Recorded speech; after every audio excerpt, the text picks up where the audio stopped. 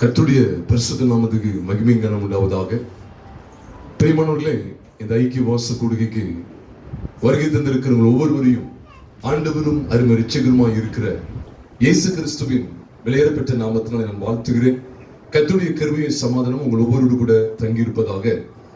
இந்த நாளிலும் உங்களோடு கூட மாம்சத்தை அடக்கி போடும் தேவ சத்தம் என்கிற இந்த தலைப்புல கர்த்தருடைய வார்த்தைகளை உங்களோடு கூட நான் பகிர்ந்து கொள்ள இருக்கிறேன். மாம்சத்தை அடக்கி போடும் தேவ சத்தம். இன்னைக்கும் மனிதனை மாம்சீக சுபாவங்கள் பல சந்தர்ப்பங்களிலே தேவனை விட்டு பிரித்து விடுகிறது. நம்ம எல்லாருக்குமே தெரியும், ஏதேன் தோட்டத்திலே ஆதாம் ஏவாள் இவர்கள் தேவனை விட்டு பிரிக்கப்பட்டதற்கு மரணம் என்று சொல்லப்படுகிற அந்த பாவத்தின் சம்பளமாகிய மரணத்திற்கு உட்பட்டு போனதற்கு காரணம் என்னவென்றால், பரிசுத்த வேதம் காண்பித்துக் கொடுக்கிறது, அவர்கள் தங்கள் மாம்ச இச்சைகளை நிறைவேற்ற பிரயாசப்பட்டதுதான். அதனாலதான் வேதத்திலே 2 கொரிந்தியரின் புஸ்தகம் 11வது அதிகாரம் 3வது வசனத்திலே ஆவியானவர் இவ்விதமாய் எழுதி வைத்திருக்கிறார். ஆகிலும் சர்ப்பமானது தன்னுடைய தந்திரத்தினாலே ஏவாளை வஞ்சித்தது போல உங்கள் மனதும் கிறிஸ்துவை பற்றி உண்மை நின்று விலகும்படி கெடுக்கப்படுமோ என்று பயந்திருக்கிறேன் என்று சொல்லுகிறார். அப்ப இந்த வார்த்தையானது, இந்த வசனமானது ஏவாள் சர்ப்பத்தினால் வஞ்சிக்கப்பட்டாள் என்று நாம் பார்க்கிறோமே. பொதுவாக சத்துருவானவன் ஜனங்களை வஞ்சிப்பதற்கு தன் கையில எடுக்கிற 2 ஆயுதங்கள். அதுல ஒன்று மாம்சம், இன்னொன்று உலகம். இன்னைக்கு இந்த மாம்சத்தை குறித்த காரியங்களை உங்களோடு கூட நான் பகிர்ந்து கொள்ள இருக்கிறேன். மாம்சீக சித்தம், மாம்சீக சுபாவங்கள் ஒரு மனிதனை, ஒரு மனுஷியை தேவனை விட்டு பிரிக்கிறது. பிரியமானவர்களே, ஆனால் பாருங்கள், நம்முடைய மாம்சீகமான பழைய மனுஷனை கிறிஸ்துவானவர் சிலுவைக்கு கொண்டு போனார் என்று சொல்லி ரோமருக்கு எழுதப்பட்ட நிருபம் 6வது அதிகாரம் 6ஆம் வசனத்திலே நாம் பார்க்கும்போது, நாம் இனி பாவத்திற்கு ஊழியம் செய்யாதபடிக்கு பாவ சரீரம் ஒளிந்து போகும் பொருட்டாக நம்முடைய பழைய மனுஷன் அவரோடு கூட சிலுவையில் அறையப்பட்டதென்று அறிந்திருக்கிறோம் என்று சொல்லும்போது, புதிய ஏற்பாட்டினுடைய முதல் 4 புஸ்தகங்களாகிய 4 சுவிசேஷ புஸ்தகங்களும் நமக்கு இந்த சத்தியங்களை அதிகமாய் எடுத்து காண்பிக்கிறது. நீங்க 4 சுவிசேஷத்தினுடைய முடிவுல கவனித்து பாருங்க. மத்தேயு, மார்க்கு, லூக்கா, யோவான் ஆகிய 4 சுவிசேஷ புஸ்தகங்களுடைய முடிவுகளை கவனிப்பீர்கள் என்றால், நம்முடைய ஒட்டுமொத்த பாவங்களுக்காக கல்வாரி சிலுவையிலே இயேசுவானவர் பலியான காட்சி அங்கே திறம்பட காண்பிக்கப்பட்டிருக்கிறது. எதற்காக உங்களோடு இதை பகிர்ந்து கொள்கிறேன் என்றால், ஒவ்வொருவருடைய மாம்சத்தையும், ஒவ்வொருடைய பழைய மனுஷனையும் சிலுவையிலே அறைந்தவாறு நம்முடைய கர்த்தராகிய இயேசு கிறிஸ்து பலியாய் தொங்கிக் கொண்டிருக்கிறார் என்பதை நீங்களும் நானும் வேதத்திலே அறிந்து கொள்கிறோம். அற்புதங்களிலே சில வித்தியாசங்கள் உண்டு. அற்புதங்களை பொறுத்த வகையிலே சுவிசேஷ புஸ்தகங்கள் ஒன்றுக்கொன்று வித்தியாசப்பட்டதாக காண்பிக்கப்பட்டிருக்கிறது. போதனைகளும் ஒரு சில போதனை அங்க இருக்கிறது, ஒரு சில போதனைகள் இங்க இல்லைன்னு சொல்லி அதுல வித்தியாசப்பட்டு இருக்கிறது. ஆனால் கிறிஸ்துவானவர் நம்முடைய பாவங்களையும், நம்முடைய பழைய மனுஷன், பாவத்தன்மை கொண்ட பழைய மனுஷனை, மாம்சீக மற்றும் உலகம் கொண்ட பழைய மனுஷனை அவருடைய சிலுவையிலே அறைந்து விட்டார் என்கிற சத்தியத்தை நீங்களும் நானும் ரோமர் 6வது அதிகாரம் 6வது வசனத்திலே தெளிவாக விளங்கிக் கொள்கிறோம். ஆகவே தான் பிரியமானவர்களே, இன்றைக்கு உங்களோடு கூட ஆதியாகமம் முதல் வெளிப்படுத்தல் வரைக்குமே எல்லா சத்தியங்களை எடுத்து பார்ப்பீர்கள் என்றால், கர்த்தராகிய இயேசு கிறிஸ்து, கர்த்தராகிய தேவன் மாம்சத்துக்கு எவ்வளவு ஒரு பெரிய முடிவை உண்டாக்குகிறார் என்பதை நாம் அநேக சந்தர்ப்பங்களில் விளங்கிக் கொள்ள முடியும். அதனாலதான் சொல்றேன், ஆதியாகமத்திலிருந்து வெளிப்படுத்தல் வரைக்கும் எங்கெங்கெல்லாம் மனிதன் மாம்சத்துக்கு இடம் கொடுத்து அல்லது உலகத்துக்கு இடம் கொடுத்து தேவனுடைய வார்த்தைகளுக்கு எதிரடையாக செயல்படுகிறானோ, அந்தந்த இடத்திலெல்லாம் கர்த்தர் மாம்சத்தை அடக்கி போடுகிற அநேக காரியங்களை வேதத்துல நீங்களும் நானும் பார்க்க முடியும். ஒரு உதாரணத்துக்கு நான் இந்த செய்திக்கு ஆதாரமாக சங்கீதம் 105வது சங்கீதம் 34 மற்றும் 35 ஆகிய 2 வசனங்களை நான் எடுத்துக் கொள்கிறேன். இந்த செய்திக்கு தலைப்பை மீண்டும் ஞாபகப்படுத்துகிறேன், மாம்சத்தை அடக்கி போடும் தேவ சத்தம். இதுல சங்கீதம் 105 34 மற்றும் 35 ஆகிய 2 வசனங்களை ஒருவர் வாசிக்க நாம் கேட்கலாம். வெட்டுக்கிளிகளும் பச்சை புழுக்களும் வந்து அவர்களுடைய தேசத்தில் உள்ள சகல பூண்டுகளையும் அரித்து அவர்களுடைய நிலத்தின் கனிகள் என்ன செய்ததாம்? தின்று போட்டது என்று சொல்லி நாம் பார்க்கிறோம். அவர்களுடைய தேசம் என்று சொல்லும் போது இது எகிப்து தேசத்தை குறிக்கிறது. இந்த தேசம் எகிப்து தேசம். எகிப்து என்றால் நமக்கு நினைவுக்கு வரணும். பொதுவா எகிப்து அப்படின்னு சொன்னாலே உலகத்துக்கும் அடையாளம், மாம்சத்துக்கும் அடையாளமாகத்தான் இருக்கிறது. ஆனா இன்னொரு கோணத்துல நம்ம கவனிப்போம் அப்படின்னு சொன்னா எகிப்து என்பது உலகத்துக்கு அடையாளம். ஏன்னா அது அடிமைத்தன வீடா இருந்தனால அது உலகத்துக்கு அடையாளம். இன்னொன்று, இஸ்ரவேல் ஜனங்கள் வனாந்தரத்திலே தங்கள் மாம்சத்தை ஜெயிக்க வேண்டியது இருந்தது. ஆக எகிப்து உலகம், இஸ்ரவேல் ஜனங்கள் வனாந்தரத்தில் வழிநடத்தப்படும் போது அவர்கள் மாம்சத்தை மேற்கொள்கிற அனுபவத்தை பார்க்கிறோம். எகிப்திலே அவர்கள் உலகத்தை மேற்கொள்கிறார்கள்.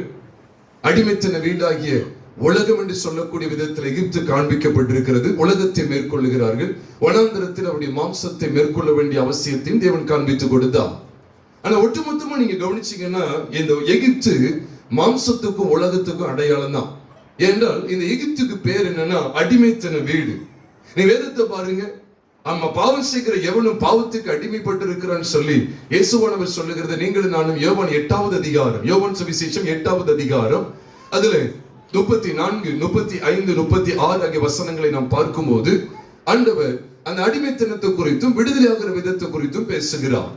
அதுலதான் 36ஆம் வசனத்துல நாம் பார்க்கும்போது குமாரன் உங்களை விடுதலையாக்கினால் மெய்யாகவே விடுதலை ஆவீர்கள் என்று சொல்லுகிறார். அப்ப பாவம் செய்கிற எவனும் பாவத்துக்கு அடிமைப்பட்டிருக்கிறானே. இப்ப பாவம் அப்படின்னு சொல்லும் போது இது ரெண்டு விதமாகவும் நம்ம பார்க்க முடியும். அப்படித்தானே? பாவம் அப்படின்னு சொன்னா, பாவம் அப்படின்னாலே அடிமைப்பட்டிருக்கிற ஒரு அனுபவம் தான். அப்போ பாவம் சொல்லும் போது நம்முடைய மாம்சத்தினாலே என்ன செய்ய முடியும்? நம்ம கரப்பட முடியும், பாவம் செய்ய முடியும். என்னுடைய உலகத்தினுடைய இச்சைகளை கவர்ந்து என்ன செய்ய முடியும்? நம்ம பாவம் செய்ய முடியும். இப்ப நம்ம ஒரு கோவப்படுவதோ, எரிச்சல் அடைவதோ, பொறாமை, பெருமை கொள்வதோ, அதுலயும் பாவம் உள்ள வர்றதுக்கு வாய்ப்பு இருக்கு இல்ல? பாவம் தான் அது. அதை தொடர்ந்து பார்த்தா இன்னொரு வகையிலும் பாவம் வருகிறது. அது உலகத்திலிருந்து உலகத்தினுடைய ஆசாபாசங்களை கவருவது, இதுவும் நம்முடைய வாழ்க்கையில பாவமாக காண்பிக்கப்படுகிறது. ஆகவேதான் இயேசுவானவர் இங்க சொல்லும் போது பாவம் செய்கிற எவனும் பாவத்துக்கு அடிமையா இருக்கிறான். அதனை தொடர்ந்து ஆண்டவர் சொல்றாரு, குமாரன் வேற அடிமையானவன் வேற அப்படின்னு சொல்லி ஆண்டவர் சொல்றார். குமாரன் வீட்டிலே நிலைத்திருக்கிறான், அடிமையானவன் வீட்டிலே நிலைத்திருக்கிறது இல்லை என்று சொல்லி ஆண்டவர் பேசுகிறார். அப்ப அடிமைத்தனம், அடிமைத்தன வீடு அப்படின்னு சொல்லும் போது நாம் எகிப்தை பார்க்கிறோமே, அது ரெண்டு காரியங்கள் நமக்கு காண்பிக்கிறது. ஒன்று மாம்சம், இன்னொன்று உலகம். அதனாலதான் எகிப்த ஆகாருக்கு அடையாளமாக, எகிப்து அடிமைத்தன வீடு, அது அடிமைத்தனத்திற்குள்ளாக பிள்ளை பெறுகிறது என்று சொல்லி ஆகாரையும் இஸ்மவேலையும் குறித்து அப்போஸ்தலனாகிய பவுல் கலாத்திய சபைக்கு சொல்வதற்கு ஆவியானவரால் வழிநடத்தப்படுகிறத நீங்களும் நானும் கலாத்தியர் 4வது அதிகாரம் 22ஆம் வசனத்திலிருந்து 30ஆம் வசனம் வரைக்கும் நீங்களும் நானும் பார்க்க முடியும் பிரியமானவர்களே. ஆக மாம்சத்தை கர்த்தர் என்ன செய்கிறார்னா ஒளித்து கட்டுகிறார் மாம்சத்தை. அதனாலதான் மாம்சத்தை அடக்கி போடும் தேவ சத்தம் என்கிற இந்த தலைப்புல கர்த்தருடைய வார்த்தைகளை கொஞ்ச நேரம் நம்ம தியானிக்க இருக்கிறோம். பாருங்க, இந்த இடத்துல நம்ம கவனிக்கிறோம். இந்த செய்திக்கு ஆதாரமாக வாசிக்க கேட்ட சங்கீதம் 105ஆம் சங்கீதம் 34 மற்றும் 35ல வாசிக்கும் போது பாருங்க, எகிப்து நமக்கு, நான் தான் முன்னாடி சொன்னேன், எகிப்து மாம்சத்துக்கும் உலகத்துக்கு அடையாளமானது, பேர் போனது. ஏன்னா உலக கவர்ச்சிகள் உள்ள இருக்கு, மாம்சமும் உள்ள இருக்கு. மாம்சம் ஒரே ஃபுல்லா வேலை பார்க்கணும், தேவனை தேடாத அளவுக்கு மாம்சத்துக்கு முழுவதும் இடம் கொடுக்காங்க. இன்னொரு வகத்துல உலகத்துக்கு இடம் கொடுக்கிறாங்க. ஆக இந்த ரெண்டு சாயலை கொண்ட இந்த எகிப்தினுடைய ஒட்டுமொத்த பலனையும் அரித்து போடுவதற்கு தேவ சத்தம் அங்கே வெளிப்பட்டது. அதனாலதான் அங்க சொல்லப்பட்டிருக்கு, அவர் கட்டளையிட வெட்டுக்கிளிகள் வந்து எல்லா பலனையும் அழித்து போட்டது. எகிப்தின் பலன் என்ன செய்யணும்? எகிப்தின் பலன் இருக்கணுமா கூடாதா? இருக்கவே கூடாது. எகிப்துன்னு சொன்ன ஒரு தேசம் வந்து நல்லா இருக்கிறத விரும்பல நினைச்சிடாதீங்க. நான் அதை சொல்லல. எகிப்து மாம்சத்துக்கும் உலகத்துக்கும் அடையாளமா இருக்கிறபடினால மாம்சத்திலையும் பலனை காணக்கூடாது, மாம்சத்தின்படியும் பலன் வரக்கூடாது, உலகத்தின் பலனையும் நம்ம என்ன செய்யக்கூடாது, உள்ள கொண்டு வரக்கூடாது. இந்த உலகத்தின் கவர்ச்சிகள் மூலமா, உலகத்தின் ஆசாபாசங்கள், உலகத்தின் ஆடம்பரத்தின் மூலமா எனக்கு ஒரு நன்மை வர்றது இருக்கவே கூடாது. அது மட்டும் இல்ல, மாம்சத்துல நான் பேசி, மாம்சத்துல சிந்தித்து, மாம்சத்தின்படி நடந்து ஒரு காரியத்தை சாதித்துட்டேன் அப்படிங்கிற காரியமும் என்ன செய்யக்கூடாது, சபைக்குள்ள காணப்படக்கூடாது. அதனாலதான் மாம்சத்துல எழும்புகிற காரியங்கள் மூலமா எந்த பலனும், உலகத்தினால் வரக்கூடிய எந்த பலனும் சபைக்குள்ளே பிரவேசிக்க கூடாது. அதனாலதான் ஆண்டவர் இங்க என்ன காண்பித்து கொடுக்கிறார்னா, அவர் கட்டளையிட என்று சொல்லும்போது தேவ வார்த்தை, தேவ சத்தம் வெளிப்பட்டுச்சுன்னா எகிப்தினுடைய ஒட்டுமொத்த பலனையும் அது அழித்து போட்டு விடும் பிரியமானவர்களே. அதனாலதான் தேவ சத்தத்துக்கு நம்ம அதிகமாய் முக்கியத்துவம் கொடுக்க வேண்டும். தேவ வார்த்தைக்கு முக்கியத்துவம் கொடுக்க வேண்டும். இன்றைக்கு மாம்சத்தோடு போராடுகிறேன், உலகத்தோடு கூட போராடி கொண்டிருக்கிறேன் சொல்லி நம்ம அதிருப்தியான ஒரு வாழ்க்கையை கூட வாழ்ந்து கொண்டிருக்கலாம். ஆனா எப்பொழுதெல்லாம் நாம் தேவ சத்தத்துக்கு செவி கொடுக்கிறோமோ, தேவ வார்த்தை ஆகிய அப்படி சத்தத்துக்கு நம்ம செவி கொடுக்கிறோமோ, தேவ சத்தம் வெளிப்படும் போது எகிப்தின் பலன்கள் அத்தனையும் ஒன்றுமில்லாமல் போய்விடும் பிரியமானவர்களே. நம்முடைய தனிப்பட்ட குடும்ப வாழ்க்கையில மாம்சம், உலகம் மேலோங்கி நிக்கலாம். இது எல்லாத்தையும் அடக்கி போடுவது எதுதான்? சத்தமா சொல்லுங்க, தேவனுடைய சத்தம். இதுதான் ஆண்டவர் சிம்பாலிக்கா, அடையாள பூர்வமா ஆண்டவர் நமக்கு காண்பித்து கொடுக்கிறார். எகிப்தினுடைய ஒட்டுமொத்த பலன் வளர்ந்துருக்கு. எகிப்துக்குள்ள பலனை பாருங்க. எகிப்துக்குள்ள என்ன இருக்கு? பலன் வளர்ந்து போயிருக்கு. அத்தனை கனிகள், பூண்டுகள் எல்லாத்தையுமே என்ன செஞ்சுட்டான்? அரிச்சு போட்டுட்டு. நீங்க வெட்டுக்கிளி நினைச்சிடாங்க. அப்படி பார்த்தா இது யார் வாசித்தாலும் தெரியும், இது வெட்டுக்கிளி இல்ல, இது கர்த்தருடைய வார்த்தை. பிரியமானவர்களே, வெட்டுக்கிளி சும்மா வந்து அரிச்சு போட்டுருமா? வெட்டுக்கிளி அங்கங்க சுத்திட்டு இருக்கு, ஏன் அரிச்சு போட்டுற வேண்டியதுதானே? இல்ல, தேவனுடைய வார்த்தை, தேவனுடைய வார்த்தை வெளிப்பட்டால் அத்தனை மாம்சத்திற்கும், அத்தனை மாம்சீகத்திற்கும், அத்தனை உலக பிரகாரமான காரியங்களுக்கும் ஒரு முடிவை கண்டுவிடும், முடிவை கொண்டு வரும். அதைத்தான் இன்றைக்கு இந்த செய்தி வாயிலாக உங்களோடு கூட நான் பகிர்ந்து கொள்கிறேன் பிரியமானவர்களே. அதனாலதான் ஒரு கட்டத்துல இஸ்ரவேல் ஜனங்கள் எகிப்திலே, அதாவது எகிப்தை விட்டு வெளியே வந்த சமயத்துல கவனிப்பீர்கள் என்றால், சிவந்த சமுத்திரம், சிவந்த சமுத்திரத்துல அங்க என்ன நடக்கணும் கொஞ்சம் கவனிங்க. நம்ம எல்லாருக்குமே தெரியும், யாத்திராமத்தின் புஸ்தகம் 14வது அதிகாரத்துக்கு நாம் வேதத்தை திருப்பிக் கொள்வோம். யாத்திராமத்தின் புஸ்தகம் 14வது அதிகாரத்துல இஸ்ரவேல் ஜனங்களுடைய மாம்சம் எவ்வளவா எழுப்பி இருக்கிறது பாருங்க. யாத்திராமத்தின் புஸ்தகம் 14வது அதிகாரம் 11, 12, 10 நீங்க பார்க்கலாம். யாத்திராமம் 14 10, 11, 12 பார்க்கும்போது அவர் எவ்விதமா பலவீனமா பேசுறாங்க பாருங்க. மாம்சத்துக்கு எவ்வளவு இடம் கொடுத்திருக்காங்க பாருங்க. அதான் உண்மை. அவங்க பேசுற எல்லாம் இருக்கட்டுமே, அவங்க என்ன சொல்றாங்க? நாங்க வனாந்திரத்துல சாகிறத பார்க்கல, எகிப்திற்கு வேலை செய்கிறது எங்களுக்கு நலமா இருக்குமே சொல்லி 12ஆம் வசனத்தின் பின்பகுதியில் சொல்றாங்க. ஏன் இப்படி எங்களை கொண்டு வந்தீங்க? எகிப்துல பிரேதக்குழி இல்லை என்றா வனாந்திரத்தை சாகும்படிக்கு எங்களை கொண்டு வந்து சொல்லி மோசத்தை எவ்வளவு முறுமுறுக்காங்க பாருங்க. மிகவும் பயந்தாங்களாம். எவ்வளவு பயங்கரம் பாருங்க. கர்த்தரை நோக்கி கூப்பிட்டாங்க, ஆனாலும் அவங்க என்ன சொல்றாங்க?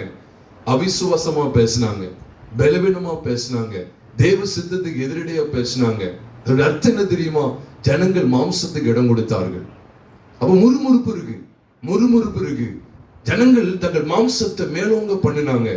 இப்ப கர்த்தர் நிச்சயத்தை தெரியுமா? கர்த்தரிடத்துல இருந்து வார்த்தை வர வர வர அவருடைய மாம்சம் எல்லாம் தனிந்து போய் விட்டது பிரியமானவர்களே. நம்ம நினைப்போம் சிவந்த சமுத்திரம் ரெண்டா பிளந்தனால அவங்க தனிஞ்சிட்டு, கோபம் தனிஞ்சிட்டு அப்படி நினைப்போம். அது ரெண்டாவது பட்சம் தான்.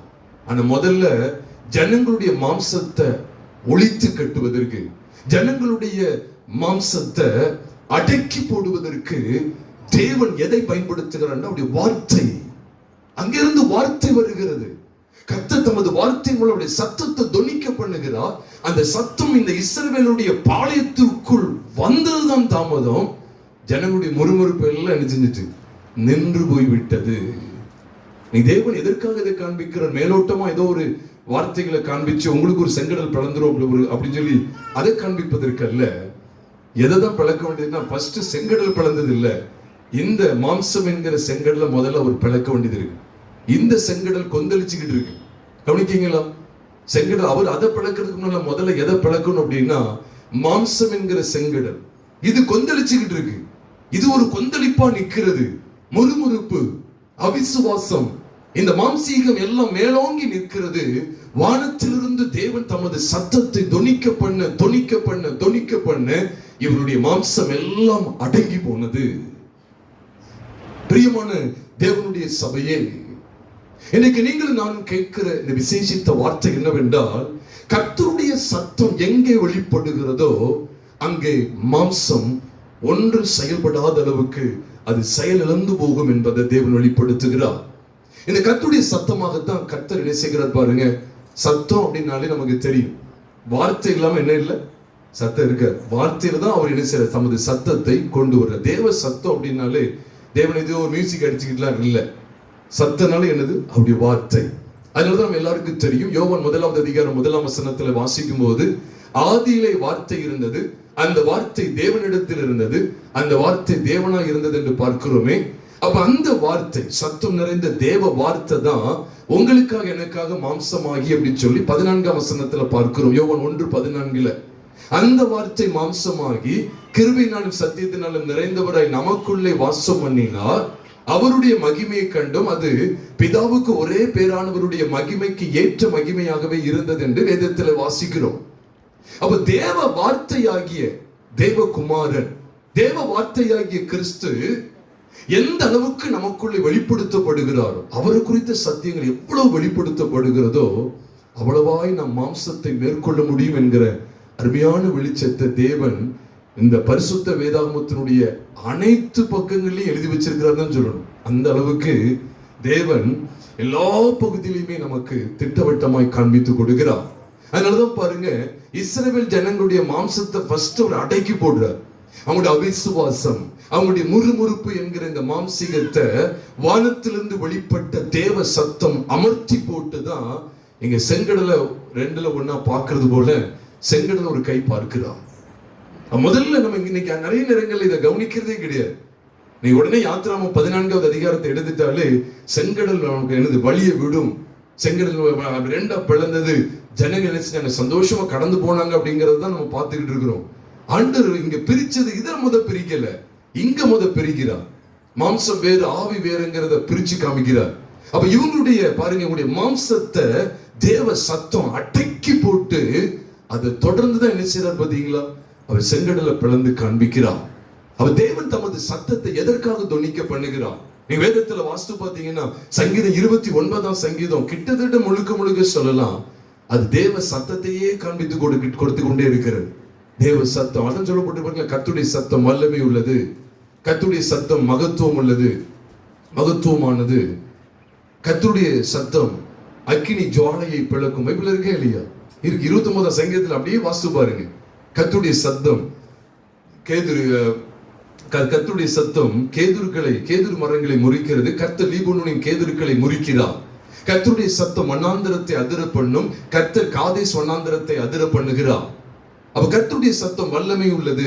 கர்த்தருடைய சத்தம் அக்கினி ஜுவாலையை பிளக்கும், பெண்மான்களை ஈனும்படி செய்யுமா. இப்படி கர்த்தருடைய சத்தம் எவ்வளவு மகத்துவமானது அப்படிங்கிறத அன்று காண்பித்துக் கொண்டே இருக்கிறார். கேதுருக்களையே முறிச்சிருமா அப்படின்னு என்ன அர்த்தம்? கேதுருக்கள் அப்படின்னா உடனே இந்த அர்த்தம் நினைக்க கூடாது. அது நீதிமான் பனையை போல செலுத்து கேதுருவை போல, லீபனோனில் உள்ள கேதுருவை போல வளருவான் இருக்கு, அவனை முறிக்கிறதுக்காக கர்த்தருடைய சத்தம் அந்த அர்த்தத்துல சொல்லல. கேதுரு அப்படின்னு சொன்னா லீபனோன் ஒரு பெரிய மலை, அதுல மலைப்பகுதி, அதுல இந்த மரம், என்ன மரம்? கேதுரு மரம். இந்த மரம் ரொம்ப உயரமா வளரக்கூடியது. சாதாரணமாவே 80 அடி 90 அடி வளரக்கூடிய, மலைக்கு மேலேயே அவ்வளவு வளர்ந்த எவ்வளவு பெரிய மரமா இருக்கும் பாருங்க. 100-120 அடிக்கு மேலேயும் வளரக்கூடியது. அவ்வளவு உயரமான மரம். நீங்க நம்முடைய வாழ்க்கையிலையும் நெகும் பெருமை, மேட்டிமை, பலவிதமான மாம்சீக இச்சைகள், இதெல்லாம் ஒரு உலக பிரகாரமான கவலைகள், இதெல்லாம் நம்முடைய வாழ்க்கையில மேலோங்கி நின்னாலும் கர்த்தருடைய வார்த்தை அவைகளை முறித்து போட்டு விடும். பிரியமானவர்களே, இதைத்தான் தேவன் காண்பித்துக் கொண்டே வருகிறார். கர்த்தருடைய சத்தம் கேதுருக்களை முறிக்கிறதுன்னு வாசிக்கிறோமே. கர்த்தர் லீபனோனில் உள்ள கேதுருக்களை முறிக்கிறார், கேதுரு மரங்களை முறிக்கிறார். அப்ப அந்த சத்தத்துக்கு அவ்வளவு வல்லமை இருக்கு. அப்ப அவ்வளவு உயரமா இருந்தாலும் பாருங்க, அவங்க எல்லாம் தெரியும் ஆண்டவர் வந்தாதான் இது சரியாகுது. பாருங்க, பாபேல் என்கிற சினையா தேசம் என்று சொல்லப்படுகிற பாபிலோன் தேசத்திலே பாபில்ங்கிறது ஒரு பட்டணம். அந்த பட்டணத்துல என்ன செய்றாங்க, அதாவது வானலாவிய ஒரு கட்டடத்தை கட்ட பார்க்காங்க. அவங்க எவ்வளவு உயரம் போறாங்க பாருங்க. ஆண்டவர் இறங்கி வரும்போது தேவ வார்த்தையாகிய கிறிஸ்து தேவன் நாம் இறங்கி போவோம் சொல்லி அவர் இறங்கி வரும்போது அவ்வளவு ஒண்ணு இல்லாம போயிடுச்சு. அவங்களுடைய அத்தனை பெருமை, அத்தனை மாம்சீக பிரயாசம், மாம்சீக எண்ணம், மாம்சீக செயல்பாடு, மாம்சீக சிந்தனை, அத்தனை மாம்சத்தையும் தேவன் வரும்போது ஒளிந்து போறதுன்னு சொல்லி நாம் பார்க்கிறோம். பிரியமானவர்களே, இதான் பிரியமான இவ்விதமா நான் சத்தியத்தை அறிந்திருக்கிறேனா, இவ்விதமாக நான் வேதத்தை பார்க்கணும். தேவ சத்தம் எவ்வளவு பெரிய மாம்சத்தையும் அடக்கி போடும் என்பதை தேவன் நமக்கு காண்பித்து கொடுக்கிறார். நேரத்தை நான் அதிகம் எடுக்க விரும்பல, சுருக்க உங்களோடு கூட நான் பகிர்ந்து கொள்கிறேன். ஆகார குறித்து நீங்க கவனிச்சு பாருங்க.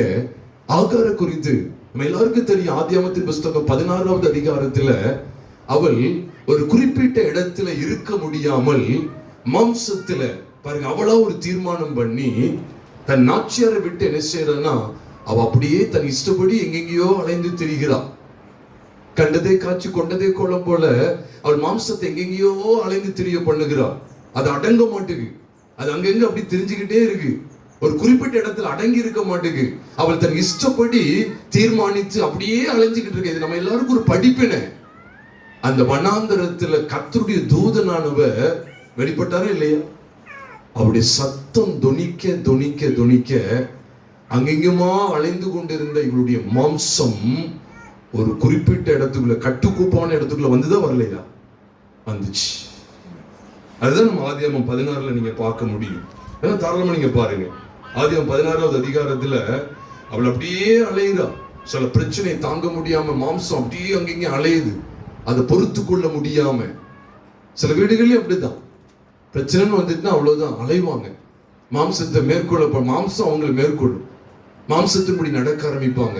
தன் இஷ்டம் போல அப்புறம் என்ன செய்வாங்க? நடக்க ஆரம்பிப்பாங்க. தன் மனதுல என்ன நியமிக்காங்களோ அதை அப்படியே நடத்துவாங்க. அங்க இங்குமா அலைந்து திரிவாங்க. ஆனா கர்த்தர் தமது சத்தத்தை துணிக்க பண்ணினா, கர்த்தருடைய சத்தம் கேதுரு மரத்துல முறிக்குமா முறிக்காதா? முறிச்சிடும். இங்க முறிச்சுட்டாரு பாருங்க. மாம்சம் அலைஞ்சு தெரிஞ்சுக்கிட்டே இருக்கு. அது அப்படியே தேவன் காமிக்கிறார்.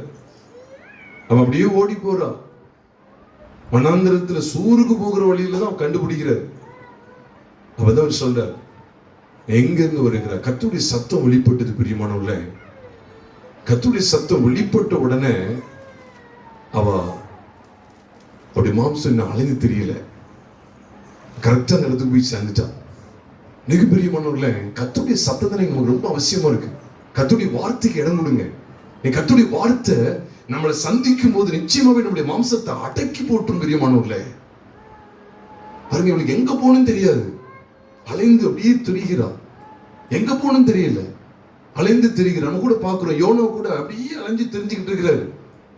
அலைஞ்சு தெரிஞ்சுக்கிட்டே இருக்கிறாரு. அதுக்கப்புறம் கர்த்தருடைய சத்தம் வருது, நீ எழுந்து மகாநகரமாகி நினைவுக்கு போ. இவ்வளவுதான் உணர்வடைஞ்சாலும் என்ன செய்யல, போகல, நினைவுக்கெல்லாம் போகல. மீன் கக்கினதுக்கு பிறகு கூட என்ன செய்யல, என்ன ஆண்டு சொன்னாரு நினைவுக்கு போன்னு சொல்லி போனாரா? இல்ல. கர்த்தருடைய சத்தம் வருது. கர்த்தருடைய சத்தம் வரும்போது மாம்சம் எல்லாமே பிரியமானவர்களே அடக்கப்பட்டுகிறது. பிரியமானவர்களே, அதனால மாம்சத்தை அடக்கி போடுகிற தேவ சத்தத்தை குறித்து நீங்கள் நான் இங்கே கவனிக்கிறோம். இதே போலதான் நீங்க யோபுடைய வாழ்க்கையை கவனிச்சு பார்க்கும்போது கூட, யோபுடைய வாழ்க்கையை கொஞ்சம் கவனிங்களேன். யோபுவின் புஸ்தகம் 40வது அதிகாரத்துக்கு நம்ம வரும்போது, யோபு 40வது அதிகாரத்துக்கு வரும்போது, கத்துறதுக்கு முன்னால 38, 39 ஆண்டவரோட பேசுறார். இதுல 38, 39 அதிகாரத்திலாம் கர்த்தர் பேசிக்கிட்டே இருக்க. அவர் சத்தத்தை துணிக்க துணிக்க துணிக்க துணிக்க 3ஆம் வசனத்தை வாசிங்க. அப்பொழுது யோபு கர்த்தருக்கு பிரதியுத்தரமாக, இதோ நான் நீசன், நான் உமக்கு என்ன மறு உத்தரவு சொல்லுவேன்? அப்ப அதுக்கு முன்னால வரைக்கும் நான் நீதிமான் அப்படின்னு சொல்லிட்டு இருந்தார். நான் உத்தமன், உத்தமனை கர்த்தர் சோதிக்கிறார், பரிசுத்தவனை கர்த்தர் இப்படி புடமுடாது போல அவர் பேசிக்கிட்டு இருக்கிறார். ஆனா நீங்க வசனத்தை பாருங்க, இப்ப சொல்ற என்ன கர்த்தருடைய சத்தம் பாருங்க, இந்த மனிதனை அசைச்சிட்டு. அதுக்கப்புறம் இனி என் மாம்சம் வெளிப்படல. சிநேகிதர்கள் பேசுற சத்தம் இவர் இன்னும் மாம்சத்தை தான் எழுப்பிக்கிட்டு இருக்கு. என்னன்னா, நான் இப்படி இருக்கிறேன், கர்த்தர் இப்படி சோதிக்கலாமா, நான் என்ன தப்பு செஞ்சேன், இப்படிலாம் பேசிட்டு இருக்கிறார். பலவீனமா சிலது பேசுறாரு, துணிகரமான்னு சொல்லல, பலவீனமா சிலதை பேசிட்டு இருக்கிறார். ஆனா கர்த்தர் அந்த இடத்துல கள இருக்கிறார் பாருங்க. சிநேகிதர்கள்லாம் பேசி முடிஞ்சாச்சு. சிநேகிதருடைய சத்தத்தை எல்லாம் யோபு கேட்டுக்கிட்டு இருந்தாரு. இப்ப கர்த்தருடைய சத்தம் இவர்கிட்ட வரும்போது இவர் என்ன சொல்றாரு பாருங்க, நான் நீசன். அது என்ன சொல்றாரு? நான் அவருக்கு என்ன மறு உத்தரவு சொல்லுவேன்? சிநேகிதர்கள் சொல்ல சொல்ல பதிலுக்கு பதில் சொல்லிட்டு இருந்தார்ல, இவன் பதிலுக்கு பதில் சொல்றாரு. மாம்சம் எல்லாம் பூஜ்யமான நிலைமைக்கு வந்துட்டு பிரியமானவர்களே. அதான் இங்க மறுபடியும் நம்ம பார்க்கும்போது அவர் அடுத்து சொல்ற பாருங்க, என் கையினால் என் வாயை பொத்தி கொடுக்கிறேன். நான் 2 தரம் பேசினேன், இனி நான் என்ன செய்ய மாட்டேன், பிரதியுத்தரம் கொடாமலும் பேசாமலும். அது என்ன 2 தரம் பேசினேன்? எங்க பேசினாரு? நீ தரலாம் பார்க்கல, எங்க பேசினாரு? நண்பர்கிட்ட தான் பேசினார். அதுக்கு முன்னாடி நீங்க அவர் தேவன்கிட்ட பேசுறது இல்லவே இல்லை, நண்பர்கிட்ட தான் பேசிட்டே இருந்தார். அதான் சொல்றாரு, 2 தரம் பேசினேன், இனி நான் என்ன செய்ய மாட்டேன், பிரதியுத்தரம் கொடாமலும் பேசாமலும் இருப்பேன் அப்படின்னு சொல்லி அவர் சொல்றார். அவர்தான் அவர் சொல்ற, நீ புருஷனை போல அரை கட்டிக்கோ, நான் உன்னை கேட்பேன், எனக்கு உத்தரவு சொல்லுங்க. ஏன் இவர் பேச முடியாத அளவுக்கு தண்ணிட்டார்? அதுக்கு முன்னால வரைக்கும் இவர் வாயினால எவ்வளவு வார்த்தைகளை பேசுறாரு, தன்னுடைய நீதிகள் எல்லாம் காமிச்சுக்கிட்டே இருந்தாரு. சிநேகிதர்கள் பேச, இவர் பேச, அவங்க பேச, இவங்க பேச. இன்னைக்கும் கூட அப்படிதான், யாராவது பேசினா மறுபடியும் பதிலுக்கு பதில் பேசுறது. மாம்சம் அடங்க மாட்டேங்குது. அது எப்படி என்னை பத்தி பேசலாம் அப்படின்னு சொல்லி எழும்புறாங்க.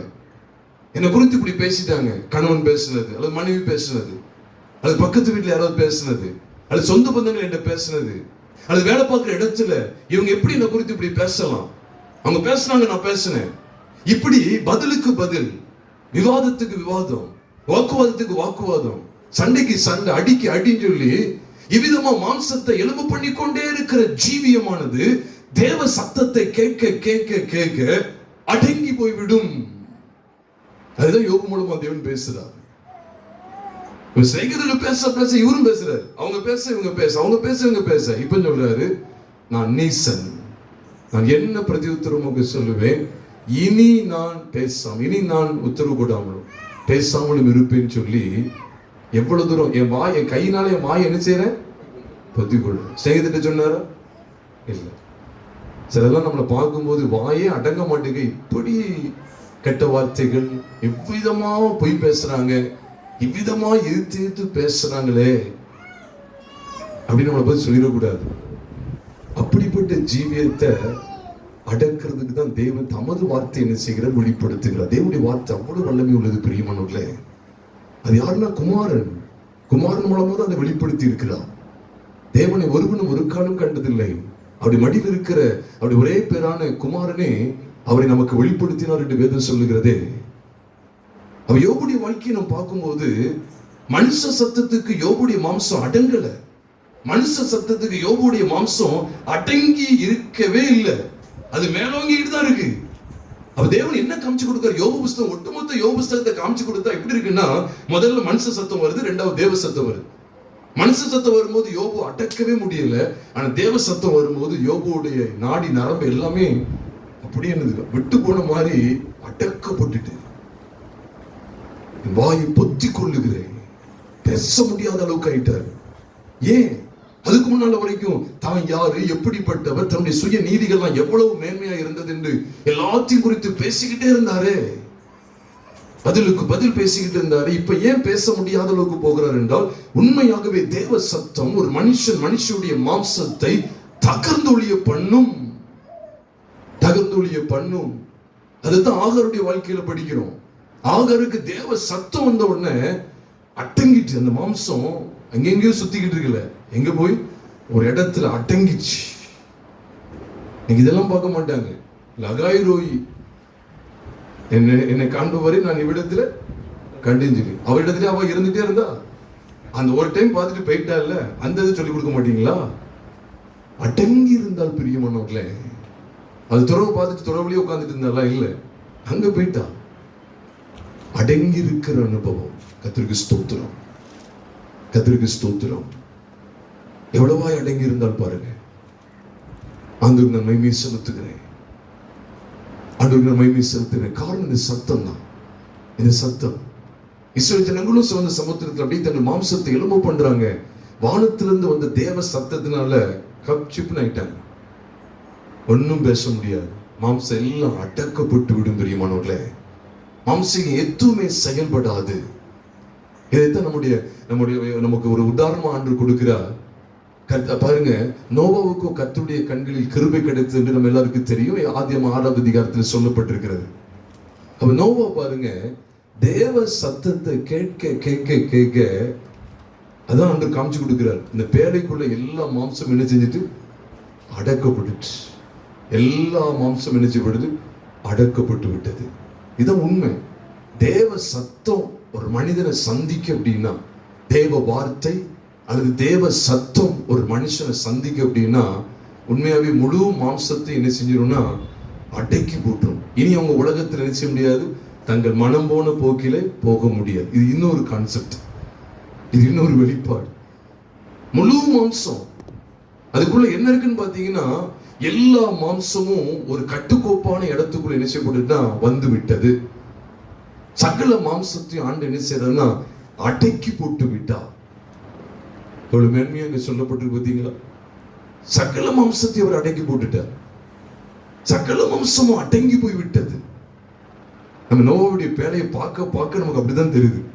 தேவ சத்தம் வெளிப்பட்டதுன்னா, தேவன் நோவாட்ட பேச பேச பேச, ஒரு சந்தத்தில் பேசுற, இன்னொரு சந்தத்தில் பேசுற, இன்னொரு சந்தத்தில் பேசுற, நமக்கு அதெல்லாம் ஒரு வெளிச்சமாவே வச்சிருக்கிறார்.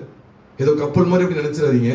அவர் பேச பேச பேச அந்த சத்தம், அந்த சத்தத்தினுடைய விளைவு ஒரு கட்டத்தில் இவங்களை எல்லாரும் எங்க கொண்டு வந்து அடைச்சிட்டு, அவங்களுடைய ஒவ்வொரு எல்லாருடைய மாம்சத்தையும் எதுக்குள்ள அடைச்சிட்டு பேழைக்குள்ள. அதனாலதான் இந்த பேழைய கிறிஸ்துடைய உயிர்த்தெழுதலுக்கு அடையாளமா, அவருடைய ஞானஸ்தானத்துக்கு அடையாளமா அங்கே பேதுரு மூலமா ஆண்டவர் வெளிப்படுத்துகிறது. 1 பேதுரு 3:21 பார்க்க முடியும். 20 மற்றும் 21 பார்க்கும்போது அதற்கு ஒப்பனையான ஞானஸ்தானமானது என்று சொல்லுகிறார். அடக்கம், இது அடக்கம். எதங்க அடக்கம் செய்வாங்க? ஆவியை அடக்கம் பண்ணுவாங்களா? ஆத்மாவை அடக்கம் பண்ணுவாங்களா? சரித்தை அடக்கம் பண்ணுவாங்களா? சரித்தை அடக்கம் பண்ணுவாங்க. அந்த அடக்கம் பண்ணுறதுல தான் அங்கே நோவாவுடைய பேழையை கொண்டு வந்துட்டார். அப்ப நமக்கு காண்பிக்கப்பட்ட சத்தியம் என்ன? ஒரு மனுஷனுக்கிடத்துல தேவ சத்தம் வெளிப்படுமானால், அந்த மனுஷனுடைய சத்தம் அங்க இருந்து நோவாவுடைய குடும்பத்துக்கும் பாயலையா? உண்மையிலேயே பாயுது. நோவாவுடைய பிள்ளைகளும் பிள்ளைகளை போயிட்டாங்களே. அப்ப தேவ சத்தம் நோவாவை சந்திக்கு, நோவா மூலமா அவங்க பிள்ளைகளை சந்திக்கு, அவங்க குடும்பத்தை சந்திக்கு. இப்ப முழு குடும்பமும் தேவ சத்தத்தை சந்தித்த இந்த முழு குடும்பம் ஒரு கட்டுக்கோப்பான இடத்துக்குள்ள வந்துட்டாங்க. இதான் தேவன் நம்ம காண்பித்து கொடுக்கிற அற்புதமான சத்தியம். இதுதான் ஞானஸ்தானத்தில் நம்ம கொண்டு வர. ஏன்னா எங்கதான் நம்முடைய பழைய மாம்சத்துக்குரிய பழைய சரீரம் கலைந்து போடப்படுகிறது? எங்கதான்? கிறிஸ்துவனுடைய அடக்கத்திலே. அப்படி சிலுவையிலே, அப்படி மரணமாக்கி அந்த சிலுவையிலே, அவர் மரணம் அடைந்த அந்த சிலுவையிலே நம்முடைய பழைய மனுஷன் மரிக்கிறான். ஆனா அவருடைய அடக்கத்தில் நம்முடைய பழைய மனுஷன் கலைந்து போடப்படுகிறான். உயிர்த்தெழுதலிலே புதிய மனுஷன் பிழைத்திருக்கிறான். பாத்தீங்களா? அந்த மாம்சீக மனுஷனை அடக்கம் பண்ற வரை கூட எல்லாரும் பார்க்கலாம். அப்படித்தானே? அடக்கம் பண்ற வரை கூட எல்லாருமே பார்க்கலாம். ஆனா அடக்கம் பண்ண யாரையும் நிச்சய முடியாது, பார்க்க முடியாது. அடங்கி போகிற ஒரு இடத்துக்கு ஆண்டவர் கொண்டு வருகிறார். அதனாலதான் நோவா குடும்பத்தை உலகத்துல யாருமே பார்க்க முடியல. அவங்கள பேழைக்குள்ள போனதுக்கு அப்புறம் யாரா பார்க்க முடிஞ்சுதா? அப்ப தேவன் என்ன வச்சுட்டாரு அப்படின்னு கேட்டா, கதவை அடைச்சதுக்கு அப்புறம் தான் மழையே பெய்யுது. அப்படிதானே? கதவை அடைச்சதுக்கு அப்புறம் தான் மழையே பெய்யுது. அப்ப தேவன் அங்க என்ன காமிச்சு கொடுத்துட்டாருன்னா, நோவா அவனுடைய மனுஷர்களை குறித்து பேசல, மிருகங்களை பறவைகளை குறித்து பேசல, மனுஷர்களை குறித்து பேசல. நோவா அவனுடைய குடும்பத்தை இனி ஒருவரும் உலகத்தில் காண முடியாது. அவருடைய மாம்சத்தின்படியான செய்கையை உலகம் இனி அவர்களை காணவே முடியாது. ஏனென்றால் தேவ சத்தத்துக்கு இடம் கொடுத்தார்கள். வெளியில இருக்கிறவங்க எல்லாம் யாரு? தேவ சத்தத்துக்கு இடம் கொடுக்காதவங்க. அப்ப தேவ சத்தத்துக்கு இடம் கொடுத்தவர்களை பைபிள் அடையாளப்படுத்துது. அவர்கள் ஒரு கட்டுக்கோப்பான இடத்துக்குள்ள வந்து விட்டார்கள். அவர்கள் இனி இந்த உலகத்தில் இல்லை. மாம்சத்திலே அவர்களை பார்க்க முடியாது, உலகத்திலேயும் அவர்களை பார்க்க முடியாது. உலக பிரகாரமான காரியங்களையும் அவர்கள் இல்லை, மாம்சிகமான காரியங்களையும் அவர்கள் இல்லை. வேற யாரும் அவங்களுக்கு என்ன செய்ய முடியாது? சடங்கு வச்சு எதுவும் கொடுக்க முடியாது, பத்திரிகை கொடுக்க முடியாது. யாராவது வீடு பால் காய்ச்சாலும் என்ன கொடுக்க முடியாது? பத்திரிகை கொடுக்க முடியுமா? உலகத்தோடு ஒண்ணுமே இல்லை. எல்லாம் விட்டுட்டு இல்லையா? அவங்க வீட்டுல யாராவது ஒருத்தவங்க ஒரு பண்டம் வந்து சுட்டு, ஒரு பலகாரம் சுட்டு அவங்க வீட்டுல இருந்து கொடுக்க சொல்லி ஏதாவது உலகத்தோட உறவு கொள்ள முடியுமா?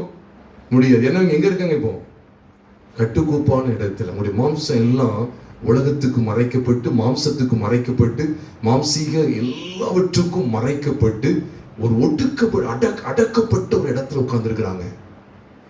இனி அவர்கள் உலகத்தால் பார்க்க முடியாது, மாம்சீக மனுஷரை பார்க்க முடியாது. மாம்சீகம் இல்லை, உலகம் இல்லை. மாம்சீகம் இல்லை, உலகம் இல்லை. காரணம் என்ன நினைக்கீங்க? பேலங்கிடாதீங்க. தேவனுடைய சத்தம், தேவனுடைய சத்தத்துல தான் பேழையே பிறப்பிக்கப்பட்டது. தேவனுடைய சத்தத்துல தான் இவங்க எல்லாரும் ஒரு கட்டுக்கு போன இடத்துக்குள்ள வர்றாங்க. நீ பிரவேசின்னு சொல்ற, நீ அப்படி வச்சிருந்தேன்னா அவர் வச்சுதான் செய்யிருப்பார், பிரவேசிக்க மாட்டாங்க. அப்ப அவருக்கு பேழையை உண்டாக்க வச்சது தேவ சத்தம், அவங்க எல்லாரும் ஆயத்தப்பட்டது தேவ சத்தம், அவங்க உள்ள பிரவேசிக்கிறதுக்கு எந்த சத்தம் தான்?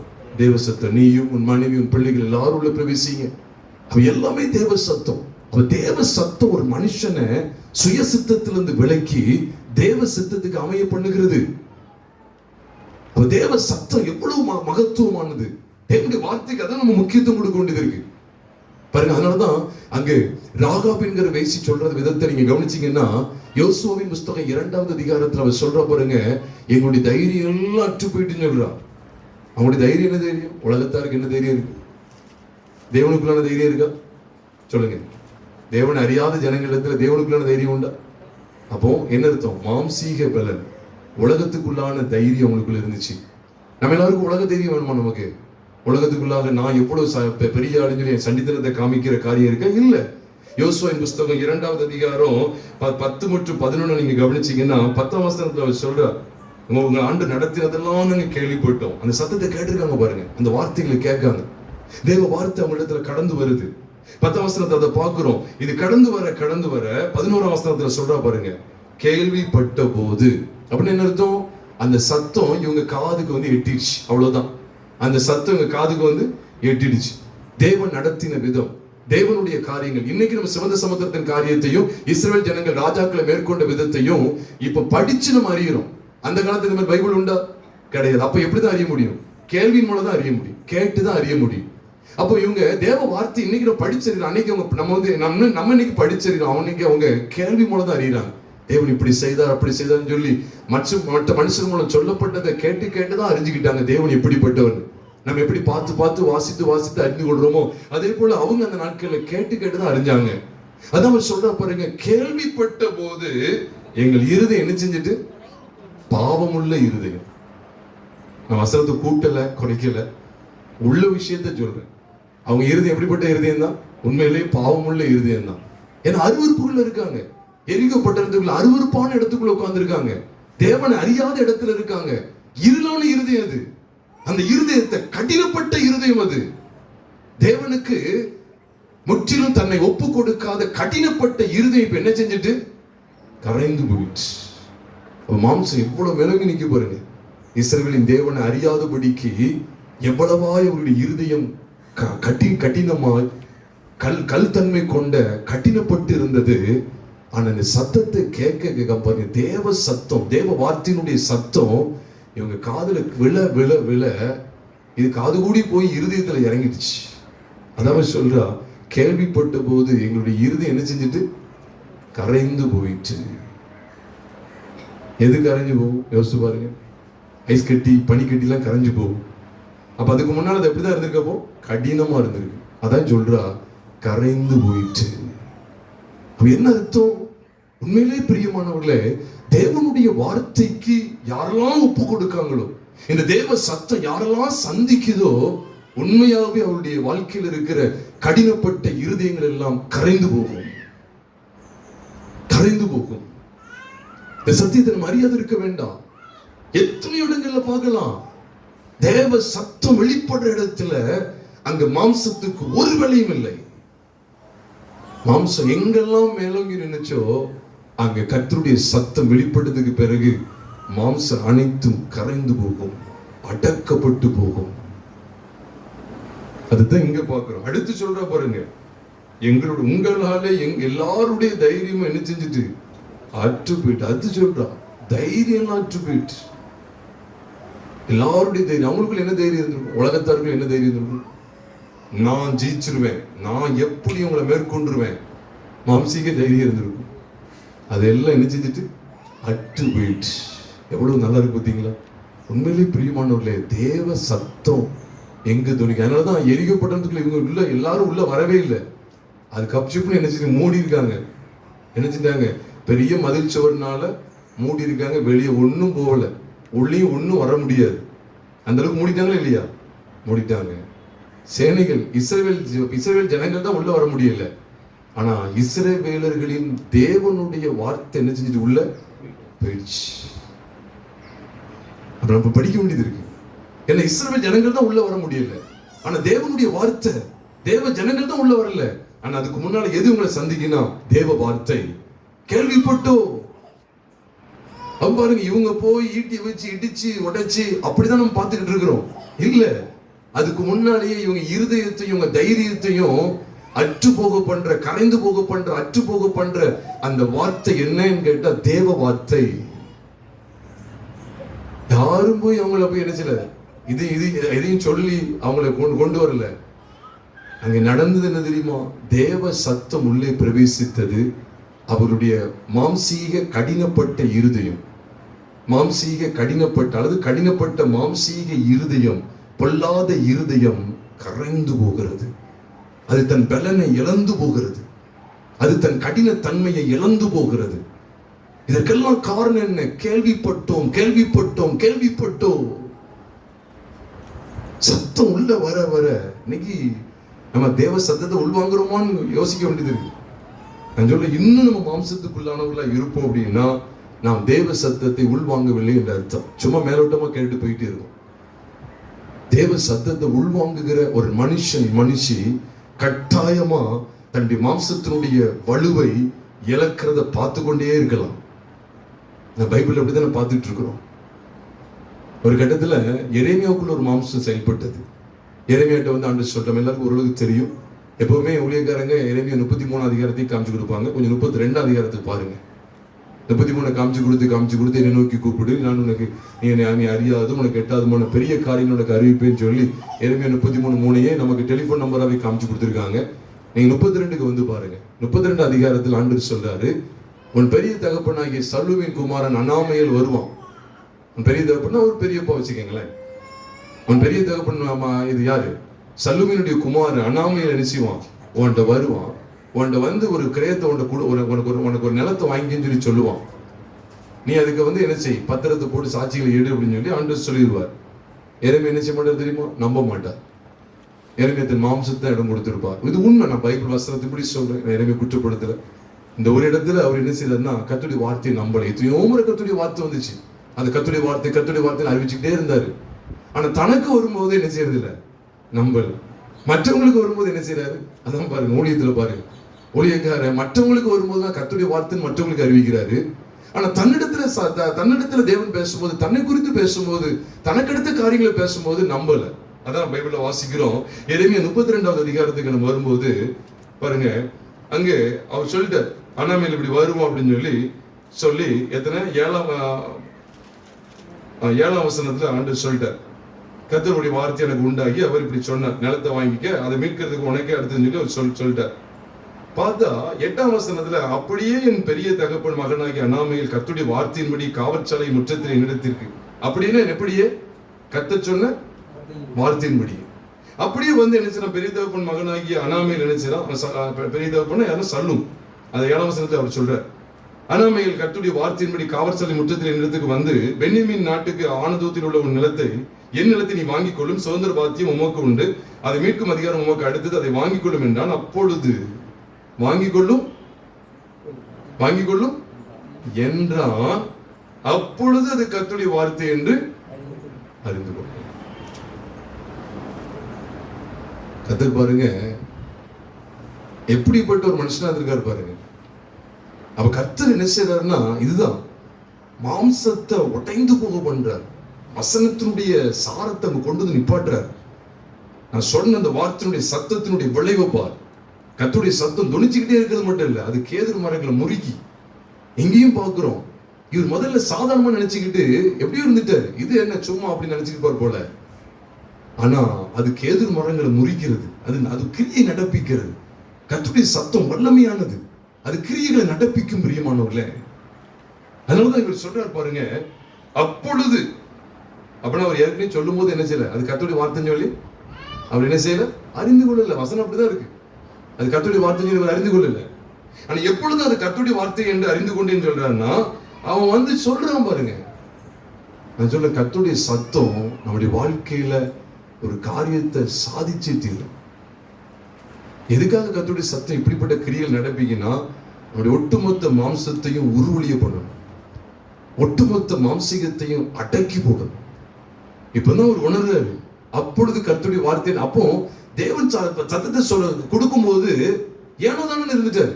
உண்மைதான், அது கர்த்தருடைய வார்த்தை நினைக்கவே இல்லை.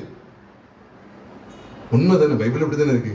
அவரே சொல்றாரு, இது நடக்கும் போதுதான் அவர் என்ன சொல்றாரு, அப்பொழுது அது கர்த்தருடைய வார்த்தை என்று அறிந்து கொண்டேன். அப்ப அதுக்கு முன்னால பேசும்போது அறியல. மாம்சம் மேலோங்கி நீக்கி கத்து தமது சத்தத்தை துணிக்க பண்ணி இவர் ஒரு இடத்துக்குள்ள, அந்த சத்தம் ஒரு இடத்துக்குள்ள வந்து கொண்டு வந்து நிப்பாட்டுது பாருங்க. அப்படி மாம்சம் எல்லாம் அற்று போயிட்டு, அது வரைக்கும் அவர் வேற தவறான ஒரு எண்ணம் கொண்டு வந்தாரு. அந்த எண்ணங்கள் எல்லாத்தையும் செதற பண்ணிடுச்சு, ஒன்று இல்லாம பண்ணிடுச்சு. எதுக்கு இடத்தை கொடுக்கறதுக்கு ஒருத்தர் வர்றாரு, இதை நம்ப முடியாம இருந்துட்டாரா அப்படின்னு கேட்டா, அங்க என்ன நடக்கு தெரியுமா? சுத்தி பாபிலோன் கல்தேயர்கள் என்ன செஞ்சாங்க, சுத்தி உங்களை வளைச்சாச்சு. இங்க ஒரு அடி கூட இடத்த எடுக்க முடியாது. ஆனா ஒரு நிலத்தையே நினைச்சு போறாராம். எரேமியாக்கு ஆண்டவர் கொடுக்க போறேன்னு சொல்லி ஆண்டவர் வாக்கு கொடுக்காராம். இது எப்படி நம்புறது? ஒரு அடி கிடையாது. அதனாலதான் இவர் அதிசயப்பட்டு சொல்லுவார் 17ஆம் வசனத்துல சொல்லுவார், கிரயத்தை கொடுத்துன உடனே 16ஆம் வசனத்துல, நான் கிரயப்பத்திரத்தை நேர்த்தியகுமாரனாகிய பார்க்கடத்தில் கொடுத்து பின்பு நான் கர்த்தரை நோக்கி பண்ணின விண்ணப்பமாவது, கர்த்தராகிய ஆண்டவரை, இதோ தேவரீர் உம்முடைய மகாபலத்தினால் நீட்டப்பட்ட உம்முடைய புயத்தினால் வானத்தையும் பூமியும் உண்டாக்கினீர், உம்மாடி செய்யக்கூடாத அதிசயமான காரியம் இது. அதிசயம். கிரயத்தை கொண்டு வந்து கொடுக்காரு பாருங்க. ஏன்னா இவருக்கு பயங்கர ஷாக் ஆயிட்டு, ஆண்டவர் ஏதோ கொடுப்பான், இந்த நிலத்தை நீ தான் மீட்டு கொடுக்க அதிகாரம் ஒன்றை கொடுப்பான் அப்படின்னு சொன்னா நம்ப மாட்டுங்க. அப்போ என்ன அர்த்தம் தெரியுமா? எரேமியாவுக்குள்ள ஒரு மாம்சம் இருந்தது. என்னன்னா, இவரோட அவ்வளவும் கல்தேயருடைய வசத்துக்கு போகுது, இனிமே எல்லாரும் முடிஞ்சாங்க அப்படின்னு நினைச்சிட்டு இருக்கிறாரு. இப்படி மாம்சம் அதுலதான் நின்றுட்டு இருக்கு. இதுல ஒரு அடி கூட நமக்கு இன்னும் ஒண்ணுமே கிடையாது, அவ்வளதையும் சூறையாட போறான்னு நினைச்சிட்டு இருக்கிறாரு. இவருடைய மாம்சத்துக்கு எதிராக கர்த்தருடைய வார்த்தை வருது, நம்ப முடியல. ஆனா அந்த சத்தம் அந்த காரியத்தை நிறைவேற்றி முடிக்கி அதிசயப்பட்டுட்டார். அதான் கர்த்தராகிய ஆண்டவரே. வார்த்தை பார்த்தீங்களா? 17 கிரயப்பத்திரத்தை கொடுத்த உடனே விண்ணப்பம் பண்றார், கர்த்தராகிய ஆண்டவரே. எது வரைக்கும் சொல்றார்? 25ஆம் வசனம் வரைக்கும் அவர் பேசுறார். ஆண்டவர் நோக்கி, நீ யோசனையில பெரியவர், செயலில் வல்லவர், அப்படியே பேசுற. 25ஆம் வசனத்துல சொல்றாரு பாருங்க, கர்த்தராகிய ஆண்டவரே. அந்த 25 ரொம்ப முக்கியமானது சொல்றாரு இல்ல, கர்த்தராகிய ஆண்டவரே, நகரம் கல்தேயரின் கையிலே கொடுக்கப்படுகிறதா இருந்தும், எப்படி தேவரீர் என்னை நோக்கி, நீ உனக்கு ஒரு நிலத்தை கிரயமாக கொண்டு அதற்கு சாட்சிகளை வை என்று சொன்னீரே. எப்படி? அப்ப எரேமியாவுடைய மைண்ட்ல, மனதுல மாம்சம் மேலோங்கி நிக்க என்னன்னா, அவர் அழகா சொல்றார், ஆண்டவரே, நகரம் கல்தேயரின் கையில கொடுக்கப்படுகிறதா இருந்தும் தேவரீர் என்னை நோக்கி. நீ மாம்சத்துல நம்ம நிறைய எண்ணங்கள்ல பிடிக்கப்பட்டிருக்கோம். இது இப்படிதான் நடக்கும், இது இப்படிதான் செய்யப்படும், இது அவ்வளவுதான், இதுதான் நடக்க போகுது, இன்னைக்கு இது இப்படிதான் நடக்கும் அப்படின்னு சொல்லி சுய காரியங்களே தீர்மானிச்சு நம்முடைய மாம்சீகத்தை தான் மேலோங்க பண்ணி கொண்டு இருக்கிறோம். ஆனா தேவனுடைய வார்த்தை எதற்கு எதிர்த்து பார்த்தீங்களா? இப்போ எரேமியாவுடைய அந்த மாம்சீக எண்ணத்தெல்லாம் சுக்குநூறாக்குவதற்கு கர்த்தருடைய சத்தம் வெளிப்பட்டதா படலையா? வெளிப்பட்டது. ஏன்னா ஆண்டவருக்கு தெரியும் எரேமியாவுக்கு என்ன இருக்கு, நகரம் முழுவதும் பாபிலோன் கையில போகுதுன்னு தெரிஞ்சிச்சு. இப்ப இதுல இந்த எண்ணத்தோட தான் இருக்கிறாரு. ஆனா ஆண்டவருடைய பெரிய திட்டம் ஒண்ணு இருக்கு, அதை இவரால் அறியவே முடியல. அதனாலதான் இவர் பேசும்போது கூட இது கர்த்தருடைய வார்த்தை நினைக்கவே முடியல. ஏன்னா நம்புறதுக்கு ஏதுவே இல்லை, நம்புறதுக்கு ஏதுவே கிடையாது. அவ்வளவு அங்க போகுது. அதனாலதான் இவர் சொல்றதை பார்த்தா எப்படி இருக்குன்னா, இங்க சொல்றதை பார்த்தா எப்படி இருக்குன்னா, கர்த்தர் வந்து உன் பெரிய தகப்பன் ஆகிய அனாமே, பெரிய தகப்பன் சல்லும் அவனுடைய பையன் எல்லாருமே போறாங்க, அவன் வந்து ஏண்ட கொடுக்க போறான். இது நடக்கிற காரியமா? அப்ப கர்த்தர் பேசும்போது அவர்களை மாம்சம் தான் மேலோங்கி நின்னுச்சு. இது நிறைவேறும் போதுதான் பார்க்கிறார், அப்பொழுது அது கர்த்தருடைய வார்த்தை என்று அறிந்து கொண்டேன். அப்ப அதுக்கு முன்னால் அவரால் நம்ப முடியல. என்னைக்குமே பிரியமானவர்களே, கர்த்தருடைய வார்த்தை மாம்சீகத்தை ஒழிய பண்ணும். இதை இன்னைக்கு நான் படிக்கிற முக்கியமான பாடம் இதுதான். கர்த்தருடைய வார்த்தை, கர்த்தருடைய சத்தம் மாம்சீகத்தை முறிய பண்ணும். இதான் தேவன் வெளிப்படுத்தி கொண்டே இருக்கிறார். எரேமியா பார்க்கிறோம், யோபுவை பார்க்கிறோம், எவ்வளவு அழகா இருக்கு பாருங்க. ஆகார பார்க்கிறோம், ராகப் என்கிற வேசியை பார்க்கிறோம். இப்படி பல மனிதர்களை பார்க்கலாம். இப்ப தாவீதுக்குள்ள தன் பாவத்தை மறைச்சு மறைச்சு மறைச்சு வச்சுட்டு தாவீது எந்த இடத்துக்கு போயிட்டாரு தெரியுமா? மற்றவங்களை குற்றப்படுத்த இடத்துக்கு போயிட்டார். இந்த ஒரு தவறு செஞ்சுட்டான், அந்த தவறு செஞ்ச மனுஷன் மரணத்துக்கு பாத்திரவான்னு சொல்லி நாத்தாண்ட சொல்ற அளவுக்கு துணிகரமாயிட்டாரு. தான் தவறு ஒன்றும் உணரல, ஆனா மற்றவங்க ஒரு தவறு செஞ்சுட்டாங்கன்னு சொல்லி சொல்றாருல, அப்ப அவன் மரணத்துக்கு பாத்திரவான்னு சொல்லி மற்றவங்களை தீர்ப்பிடுற அளவுக்கு போயிட்டாரு. இப்ப கர்த்தருடைய வார்த்தை வருது, நீயே இந்த மனுஷன் சொல்லி கர்த்தருடைய வார்த்தை வர வர வர அவனுக்குள்ள இருந்த எல்லா மாம்சிகமும் அப்படி சரிந்து விட ஆரம்பித்து விட்டது. நான் கர்த்தருக்கு விரோதமாய் பாவம் செய்தேன்னு சொன்னான். அதனுடைய வெளியரங்கம் தான் சங்கீதம் 51. அதனுடைய வெளிப்பாடு தான் சங்கீதம் 51 கதறுறார். மக முன்பாக நான் மீறுதல் செய்தேன், பாவம் செய்தேன்னு சொல்லி, தேவரீர் ஒருவருக்கே விரோதமாய் நான் பாவம் செய்தேன்னு சொல்லி தன்னை தாழ்த்துகிறார். எப்ப தாழ்த்தினா?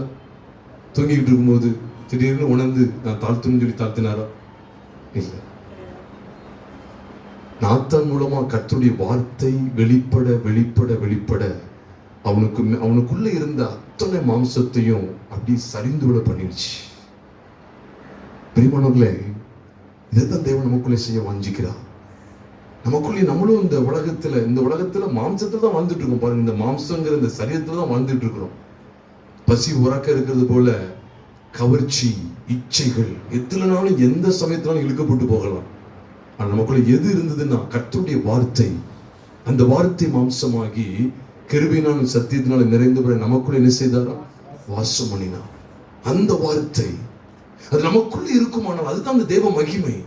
அப்ப கர்த்தருடைய சத்தம் நமக்குள்ள எப்பொழுதுமே துணித்து கொண்டிருந்ததுன்னா, கர்த்தருடைய வார்த்தையோடு நம்ம இணைக்கப்பட்டவங்களா இருந்தோம் அப்படின்னு சொன்னா நிச்சயமாகவே அதான் கிறிஸ்து மாம்சத்தில் வெளிப்பட்ட கிறிஸ்துவோடு கூட நம்ம எவ்வளவு அதிகமா, அதான் அவர்தான் தேவனுடைய வார்த்தை. கிறிஸ்துவை அறிகிற அறிவு தான் தேவ சத்தத்தை அறிகிற அறிவு, தேவ வார்த்தை அறிகிற அறிவு. அதுல எந்த அளவுக்கு நாம் இணைக்கப்பட்டு இருக்கிறோமோ அந்த அளவுக்கு நாம் மாம்சத்தோடு இணைக்கப்படாது இருப்போம். இதான் தேவன் காண்பிக்கிறார். பாருங்க, ஆதாம் ஏவாளை மாம்சம் மேற்கொண்டு விட்டது. அந்த மாம்சம் என்ன செய்தது? அவர்கள் அந்த மாம்சம் என்ன செய்து அவர்கள் அத்தியலைகளால ஒரு வஸ்திரத்தை செய்யும்படி சுய எண்ணம், சுய விருப்பம், சுய யோசனை, சுய காரியங்கள் எல்லாத்துக்கும் கொண்டு போய், அது மட்டும் இல்ல, அந்த மாம்சம் எதை சொல்லுது? ஒரு மரத்திற்கு பின்னால ஒளிஞ்சிக்க, தேவ சத்தத்தை கேட்காத, தேவன் வரும்போது ஒளிஞ்சிக்க. அதனால தேவ சத்தம் வரும்போது மாம்சம் ஓடுது பாருங்க. அப்படிதான் பார்க்கணும். தேவன் ஆதாமை நோக்கி கூப்பிடுறாரு. அந்த சத்தத்தை கேட்ட உடனே மாம்சத்துல என்ன செய்ய முடியல, இருக்க முடியல. ஏன்னா மாம்சம் வேற, தேவ சத்தம் வேற. அது ஓடி போய் ஒளியுது. இப்ப அந்த சத்தம் உடனே இந்த சத்தத்தை இது மேற்கொண்டு ஓடி ஒளிஞ்சிட்டு நினைச்சிருக்கீங்களா? இல்ல, அந்த சத்தம் மேலும் கூப்பிடுது. மேலும் பேச பேச பேச அடக்கிட்ட ஒளிஞ்சு கிடக்கிறவன் என்ன செஞ்சான்? வெளியே கொண்டு வந்துட்டார். ஆளை தூக்குறாரு பாருங்க. முதல்ல இந்த மாம்சம் என்ன செய்யுதுன்னா அவருடைய சத்தத்துக்கு விலகி ஓடுது, ஓடி ஒளியுது. ஏன்னா எப்பவுமே பிரியமானவர்கள அவருடைய சத்தம் வந்துட்டுனா மாம்சம் தன் இடத்தை காலி செய்தே ஆகணும். இது 100% உண்மை. இதை ஆதியாகமம் 3ஆம் அதிகாரத்திலே ஆண்டவர் வெட்ட வெளிச்சமா காமிச்சார். ஆனா நீ போதக பிதாக்கள் இதை காமிச்சு கொடுக்கறது இல்லை. வானத்திலிருந்து வெளிப்பட்ட தேவ சத்தம் கிறிஸ்து, தேவ சத்தம் கிறிஸ்து, வானத்திலிருந்து வெளிப்பட்டவர். அந்த வார்த்தை மாம்சமானது. அவர் வெளிப்படும் போது ஓடுறோம் பாருங்க. அதுக்கு மேல உடைய செஞ்சாங்க, மாம்சிகம் ஆயிட்டாங்க. ஆவியின் சாயலை பெற்றிருந்தவங்க ஆவியின் சாயல தான் உண்மையிலே பெற்றாங்க. அதான் மகிமையின் சாயல். ஆவியின் சாயலை பெற்றிருந்தவங்க இப்ப மாம்சிக சாயலுக்குள்ள போயிட்டாங்க. பாவம் செஞ்சு மாம்சிக சாயலுக்குள்ள போயிட்டாங்க. அவர் சத்தம், அவர் கூப்பிடுற பகலின் குளிர்ச்சியான வேளையில தோட்டத்தில் உலாவுகிற தேவனாகிய கர்த்தருடைய சத்தத்தை அவர்கள் கேட்டார்கள். கேட்டு பயந்து என்ன செஞ்சாங்க? ஓடி போறாங்க. மாம்சம் அதுக்கு முன்னால் நிற்கவே முடியாது. அதுக்கப்புறம் நொறுக்கிறார். மாம்சத்தினால அவங்களுக்குள்ள ஏற்படுத்தப்பட்ட அந்த ஒளிவை தூக்குறாரு இல்லையா? மாம்சத்தினால ஒளிஞ்சு போயிருக்காங்க, அந்த ஒளிவை தூக்குறாரு. அந்த மாம்சீகம் கொண்டு வந்த அந்த அந்த மறைஞ்சிருக்கணும்னு போனது, அந்த மறைவிடத்தை காலி பண்றாரு ஃபர்ஸ்ட். ரெண்டாவது நினைச்சார், அத்தியலைகளை காலி பண்றார். மாம்சத்தினால அவங்க ஏற்படுத்தி கொண்ட உடைகளை நினைச்சார், காலி பண்றார். அப்போ தேவன் வெளிப்படுறாருன்னா, தேவ சத்தம் நம்மளை சந்திக்க அப்படின்னா என்ன செய்யும்? மாம்சத்தினால நம்ம ஏற்படுத்தி இருக்கிற அத்தனை கூடாரத்தையும் தகர்த்து போடும். மாம்சத்தினால நம்ம கட்டி எழுப்பி இருக்கிற அத்தனை கட்டுமானங்களையும் சரிந்து விட பண்ணும். இதுதான் அன்னைக்கு ஆதாம் ஏவாளை ஆண்டவர் கண்டித்துக்கிட்டே இருக்கிறார். அவருடைய சத்தம் உங்களை சந்திக்க சந்திக்க சந்திக்க அவர்கள் மாம்சத்தில் எழுப்பின அத்தனையும் இடிஞ்சு விழ பண்ணிடுச்சு. மாம்சம் அவங்களை ஒளிஞ்சிருக்க மறைவிடத்துக்கு கொண்டு போச்சு. மறைவிடத்தை அவர் என்ன செஞ்சார்? வெளியரங்கமாக்கிட்டார். அத்தனையும் தொலைச்சு கட்டிட்டார். அவங்களா தங்க இஷ்டத்துக்கு ஒரு உடைகளை உடுத்திருந்தாங்க. அதை தள்ளிட்டு ஆண்டவர் தோல் உடைகளை உடுத்துறாரு. தேவ சத்தம் மனுக்குலத்தை சந்திக்க அப்படின்னு சொன்னா மாம்சீகத்தில் எழுப்பப்பட்டிருக்கிற அத்தனையும் என்ன செஞ்சிடும், ஒரு முடிவுக்கு கொண்டு வந்துடும். அதனாலதான் எப்பெல்லாம் சீஷர்கள் மாம்சத்துக்கு இடம் கொடுக்க இவர் அமைதியா இருந்தா நினைக்கீங்களா? இல்ல, இவர் தமது சத்தத்தை துணிக்க பண்ணுவார். அவங்களுக்குள்ள எவன் பெரியவன் அப்படிங்கிற ஒரு மாம்சம் எழும்பும். பட்டயத்தை எடுத்துரும் அப்படின்னு வருவாங்க, அங்கிருந்து அக்கினி இறைக்கிறோம்னு சொல்லுவாங்க, தூங்குவாங்க. எல்லா சமயத்திலையும் கவனிச்சுட்டே வாங்க, கிறிஸ்துவானவர் தமது சத்தத்தை துணிக்க பண்ணுவார், அடங்கிரும். இன்னைக்கு எதை வெளிப்படுத்துது? இன்னைக்கு அதுதான் தேவ வார்த்தைக்கு இடம் கொடுக்கணும், வாசிக்கணும், தியானிக்கணும். இந்த வார்த்தைக்கு இடம் கொடுக்க அதான் அந்த வார்த்தை மாம்சமாகி கிருபினால சத்தத்துல நிறைந்து நமக்குள்ளே வாசம் பண்ணினா அவர் கத்து யாரெல்லாம் தேவ சத்தத்துக்கு செவி கொடுக்காங்களோ அவருடைய வாழ்க்கையில அனைத்து மாம்சீகமும் நிலைகுலைந்து போய்விடும் என்பதை தேவன் நமக்கு காண்பித்து கொடுக்கிறார். இருக்க இடத்துல நாம் தலைகளை தாழ்த்தி நாம் ஜெபிப்போமா? எனக்கு தேவன் நம்மோடு பேசின ஒரு சில மனிதர்கள் நமக்கு காண்பித்து கொடுத்திருக்கிறார். அனைவருடைய சத்தம் எவ்வளவு வல்லமுள்ளது சொல்லி நாம் ஜெபித்து நாம் நிறைவு செய்ய போகிறோம். இருக்க இடத்துல எல்லாரும் அப்படி நாம் தலைகளை தாழ்த்தி நாம் ஜெபிப்போம்.